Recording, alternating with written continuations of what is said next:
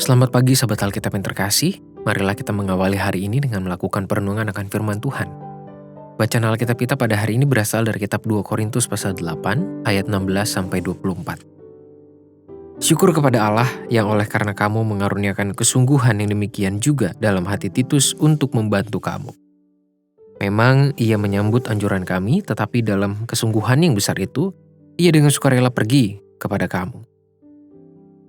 Bersama-sama dengan dia kami mengutus saudara kita yang terpuji di semua jemaat karena pekerjaannya dalam pemberitaan Injil. Dan bukan itu saja, ia juga telah ditunjuk oleh jemaat-jemaat untuk menemani kami dalam pelayanan kasih ini, yang kami lakukan untuk kemuliaan Tuhan dan sebagai bukti kerelaan kami.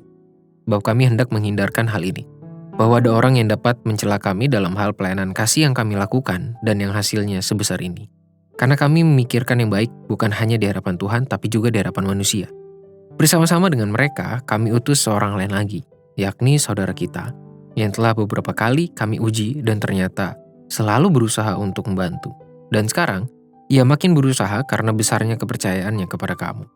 Titus adalah temanku yang bekerja bersama-sama dengan aku untuk kamu. Saudara-saudara kami yang lain itu adalah utusan jemaat-jemaat dan suatu kemuliaan bagi Kristus. Karena itu, tunjukkanlah kepada mereka di hadapan jemaat-jemaat bukti kasihmu dan bukti kemegahanku atas kamu. Budaya kompetitif merupakan salah satu bagian kenyataan hidup yang tidak dapat dibiarkan begitu saja. Maksudnya, setiap manusia perlu memiliki kebijaksanaan dalam menghadapi budaya kompetitif tersebut yang dapat menimbulkan dampak buruk ketika tidak dapat dihadapi secara bijak. Hal ini pun menjadi semakin sulit karena hampir setiap manusia mendapatkan pendidikan dan dibentuk untuk saling berkompetisi sejak kecil. Contoh, seorang anak yang sering dibandingkan dengan teman-temannya justru berpotensi untuk melihat sesamanya sebagai saingan untuk dikalahkan. Alhasil, budaya kompetitif yang tidak disikapi dengan bijak justru dapat membentuk kehidupan sosial yang saling bersaing untuk mengalahkan.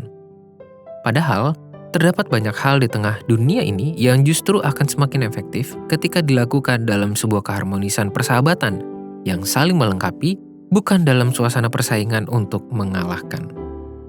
Nilai persahabatan yang saling melengkapi ini pula yang muncul dalam tulisan Paulus, secara khusus yang sedang menggambarkan sukacitanya atas kehadiran Titus dalam rangkaian karya pelayanan.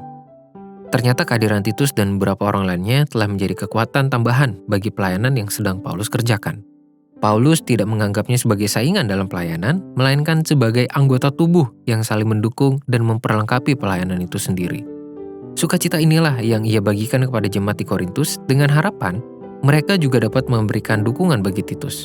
Hal ini sangat diperlukan karena pelayanan yang sedang dikerjakan akan menjadi semakin efektif ketika dijalankan dalam suasana persahabatan yang saling mendukung dan memperlengkapi. Sahabat Alkitab, setiap kita mungkin sudah terlanjur dibentuk dalam budaya kompetitif yang telah membuat kita melihat sesama sebagai pihak untuk dikalahkan, apalagi dijatuhkan, entah secara sadar maupun tidak. Kita perlu menyadari dan mengakui bahwa tidak semua hal di dalam kehidupan harus dilakukan sebagai sebuah persaingan.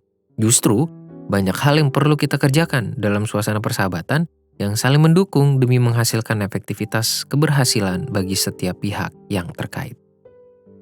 Marilah kita berdoa. Tuhan, kiranya kami memiliki hati yang murni, yang tulus, dan juga kemampuan untuk melihat dan menyikapi sesama kami sebagai anggota-anggota tubuh untuk saling memperlengkapi, bukan sebagai saingan untuk kami kalahkan, apalagi kami jatuhkan.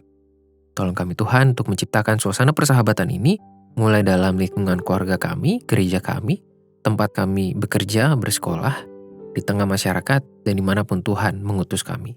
Hanya di dalam nama Tuhan Yesus, kami ingin membagikan kasih-Mu. Amin.